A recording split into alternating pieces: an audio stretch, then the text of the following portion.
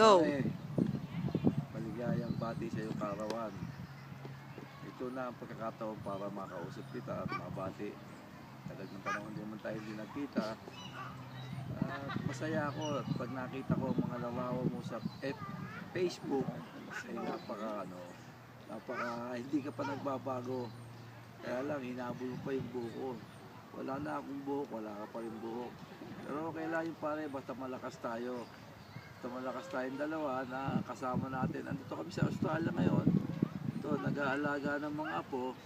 Sa isang linggo, babalik na kami sa Manila. Isang buwan kalahati kami rito.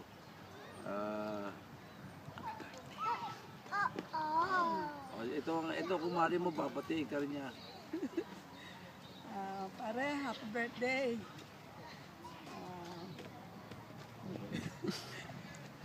I wish you the best in your life. Siyempre, good health, happy and long life. And I wish you more and more birthdays to come. Regards to Mare.